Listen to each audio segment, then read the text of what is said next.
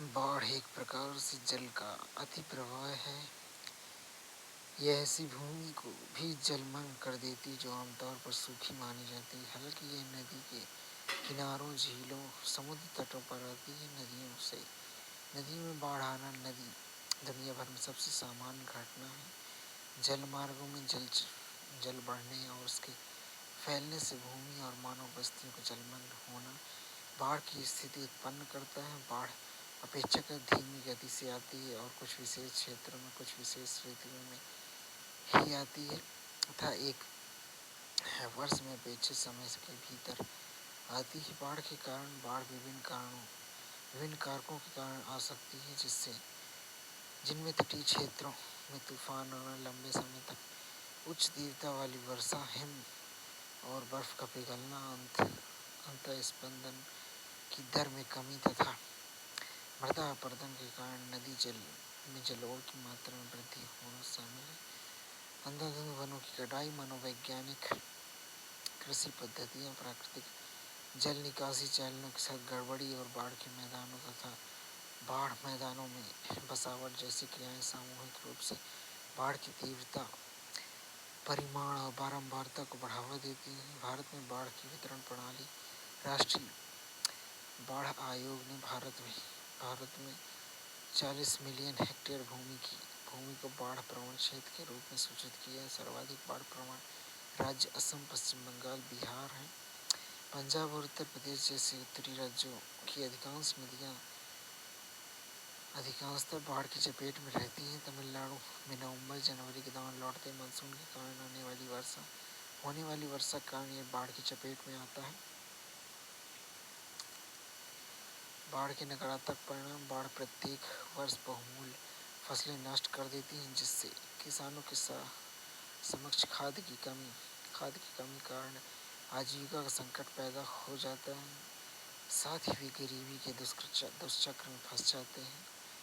यह सड़क, रेल, पुल और मानव बस्तियों जैसे भौतिक बुनियादी ढांचे को नुकसान पहुंचाती है, जिससे देश को आर्थिक क्षति होती है। लाखों लोग बेघर हो जाते हैं और अपने मवेशियों के साथ बाढ़ में बह जाते हैं। यह हैजा, हेपेटाइटिस और जल जनित रोगों के प्रसार का कारण भी बनती है, जो कभी कभी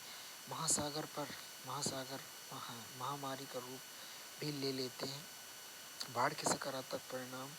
हर साल बाढ़ से कृषि क्षेत्रों में उपजाऊ गाद जमा हो जाती है, जिससे नवीन जलोढ़ मृदा पांगर का विकास होता है, जो फसलों के लिए बहुत लाभदायक होती है। ब्रह्मपुत्र नदी में स्थित माजुली द्वीप असम में, जो दुनिया का सबसे बड़ा नदी द्वीप है, प्रत्येक वर्ष बाढ़ग्रस्त हो जाता है, परंतु यह धान की फसल का सबसे अच्छा उदाहरण है।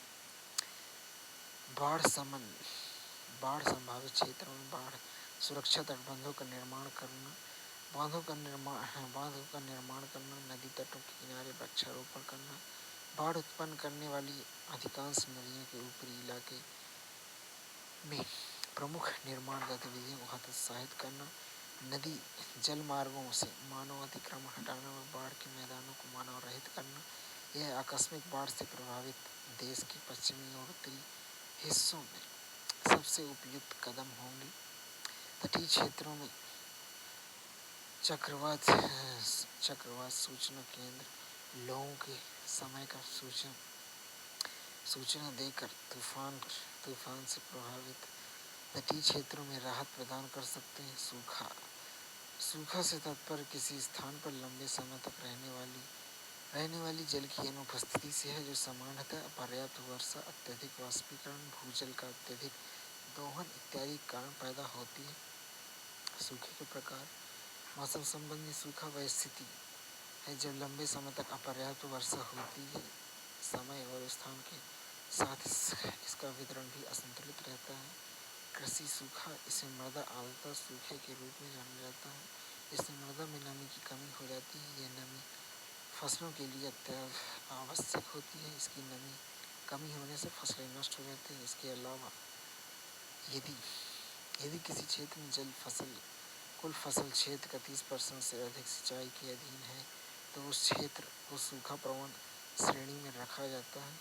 जल विज्ञान संबंधी सूखा या हाइड्रोलॉजिकल सूखा।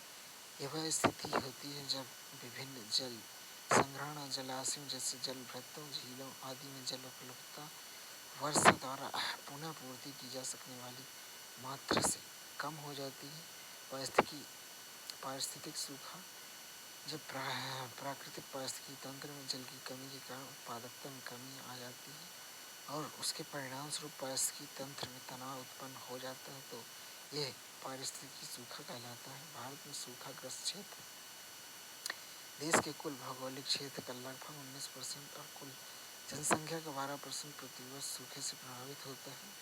सूखे की गंभीरता के आधार पर भारत को निम्नलिखित क्षेत्र में विभाजित किया जा सकता है। अत्यधिक सूखा क्षेत्र राजस्थान के अधिकांश भाग, विशेष रूप से अरावली का पश्चिमी क्षेत्र अर्थात गुजरात के मरुस्थली और कच्छ के क्षेत्र इस क्षेत्र के इस श्रेणी में आते हैं। गंभीर सूखा प्रभावित क्षेत्र पूर्वी राजस्थान के भाग, मध्य प्रदेश के अधिकांश भाग, महाराष्ट्र के पूर्वी भाग, आंध्र प्रदेश, कर्नाटक पठार के आंतरिक भाग, तमिलनाडु के उत्तरी भाग और झारखंड के दक्षिणी भाग तथा आंतरिक ओडिशा आदि इस श्रेणी में शामिल।